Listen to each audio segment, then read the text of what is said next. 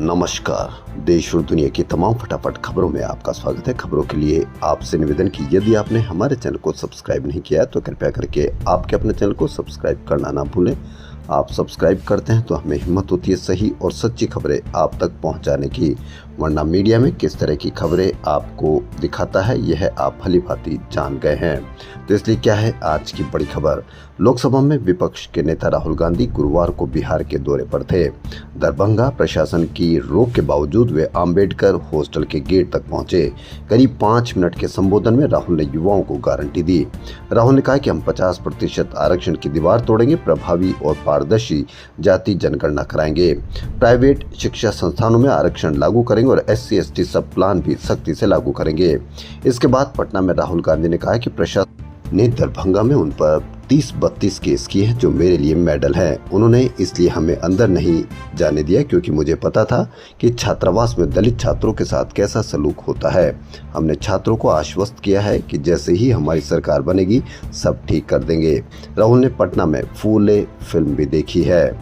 वहीं राहुल गांधी पर एक और बिहार में इस पर भी केस किया कि उन्होंने प्रशासन की इजाज़त के बिना हॉस्टल में प्रवेश किया, कॉलेज में प्रवेश किया। नीट यूजी के अंतरिम परिणाम पर मध्य प्रदेश की हाई कोर्ट खंडपीठ ने रोक लगा दी है। कोर्ट ने कहा कि हमने स्थिति स्पष्ट करने के लिए कहा था लेकिन संतोषजनक जवाब नहीं दिया गया है। जब तक अंतिम निर्णय न हो जाए परिणाम जारी न किया जाए। 4 मई को इंदौर में नीट की परीक्षा के दौरान छात्रों को हुई परेशानी के बाद मामला हाई कोर्ट पहुंचा था। इस पर गुरुवार को हाई कोर्ट ने नेशनल टेस्टिंग एजेंसी यानी NTA, बिजली कंपनी और परीक्षा केंद्र को नोटिस जारी किया। बांग्लादेश के पूर्व PM शेख हसीना के बेटे सजीब वाजिद जॉय ने अमेरिकी नागरिकता प्राप्त की है। उन्होंने वाशिंगटन DC में अमेरिकी नागरिकता की शपथ ली। सजीब ने पासपोर्ट के लिए भी आवेदन किया है। शपथ ग्रहण समारोह में 22 लोग शामिल थे जिनमें से 3 बांग्लादेशी मूल के थे। मणिपुर में लगता है कि हिंसा रुकने का नाम नहीं ले रही। मणिपुर में म्यांमार से सटे सीमावर्ती इलाकों में असम राइफल्स और सेना का ऑपरेशन 24 घंटे से जारी है। यहाँ चांदेल इलाके में एक दिन पहले असम राइफल्स ने 10 उग्रवादी मार गिराए थे। एक दिन पहले जिन 10 उग्रवादियों को असम राइफल्स के जवानों ने ढेर किया उनके पास से चीन में बने हथियारों के साथ ही म्यांमार के नागरिक होने के भी कुछ सबूत मिले हैं। अमेरिकी राष्ट्रपति डोनाल्ड ट्रंप ने गुरुवार को यू टर्न लिया। कतर की राजधानी दोहा में उन्होंने साफ किया कि मैं ये नहीं कहना चाहता कि मैंने ये किया, लेकिन मैंने दोनों देशों के बीच समस्या को सुलझाने में मदद जरूर की। अमेरिकी राष्ट्रपति डोनाल्ड ट्रंप की बयानबाजियों का दौर जारी है। अब ट्रंप ने कहा कि मैंने एप्पल के CEO टिम कुक को कहा है कि वह भारत में आईफोन का प्लांट नहीं लगाए। भारत दुनिया का सबसे बड़ा टैरिफ किंग देश है। एप्पल को भारत में मुश्किलें आने वाली है। कुक मेरे अच्छे दोस्त हैं, वे अमेरिका में $500 अरब का निवेश करना चाहते हैं। ये अमेरिका के लिए एक बेहतर मौका है, इस निवेश को भारत में लेकर नहीं आए। विधानसभा से पारित विधेयकों को लेकर राज्यपाल और राष्ट्रपति के लिए समय सीमा तय करने संबंधी सुप्रीम कोर्ट के फैसले पर केंद्र के बाद राष्ट्रपति ने भी सवाल उठाए हैं। राष्ट्रपति द्रौपदी मुर्मू ने सुप्रीम कोर्ट को 14 सवाल भेजे हैं और कोर्ट की राय मांगी है। हालांकि किसी तथ्य या कानूनी मसले पर राष्ट्रपति लोकहित में सुप्रीम कोर्ट की राय ले सकते हैं, लेकिन सुप्रीम कोर्ट इसके ऊपर सलाह देने के लिए बाध्य नहीं है। देश की सबसे तेज वंदे भारत एक्सप्रेस के बारे में RTI के तहत एक बड़ा खुलासा हुआ है। जी हां, कहीं पर भी इसकी कोई चर्चा आप देखने को नहीं मिलेगी। चर्चा क्यों नहीं देखने को मिलेगी यह आप भली भांति जानते हैं क्योंकि मीडिया में इसके लिए समय ही नहीं है। देश की सबसे तेज वंदे भारत एक्सप्रेस फिलहाल औसतन सिर्फ 73.48 किलोमीटर प्रति घंटे की रफ्तार से ही चल रही है। वंदे भारत को 180 किलोमीटर प्रति घंटे की रफ्तार पर चलने के लिए बनाया गया था, लेकिन यह 90 का आंकड़ा भी पार नहीं कर पा रही है।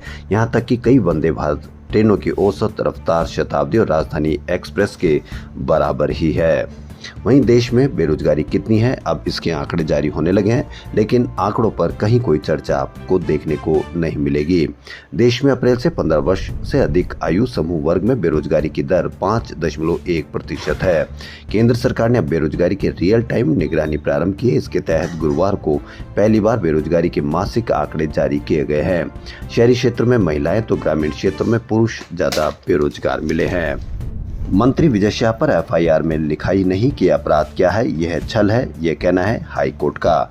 जी हां, विजय शाह मंत्री जिन्होंने कर्नल सोफिया पर एक बड़ा विवादित शर्मनाक बयान दिया था, उसके ऊपर सुप्रीम कोर्ट के द्वारा एफआईआर दर्ज करने को लेकर बहुत बड़ी टिप्पणी की है।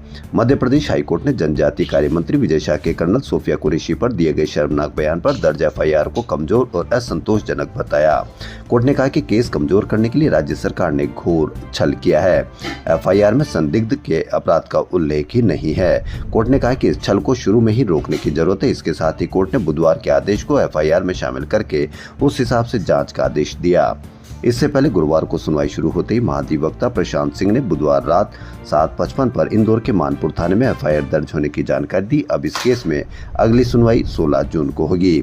वहीं एफआईआर दर्ज करने के हाईकोर्ट के आदेश को शाह की ओर से अधिवक्ता विभा दत्ता मुखर्जी ने सुप्रीम कोर्ट में चुनौती दी। उन्होंने कहा कि शाह का पक्ष नहीं सुना गया, इसलिए हाईकोर्ट के आदेश पर रोक लगाई जाए। इस पर सीजेआई बीआर गवई ने कहा कि आपके मुवक्किल ने कैसा बयान दिया, मंत्री पद की मर्यादा होती है।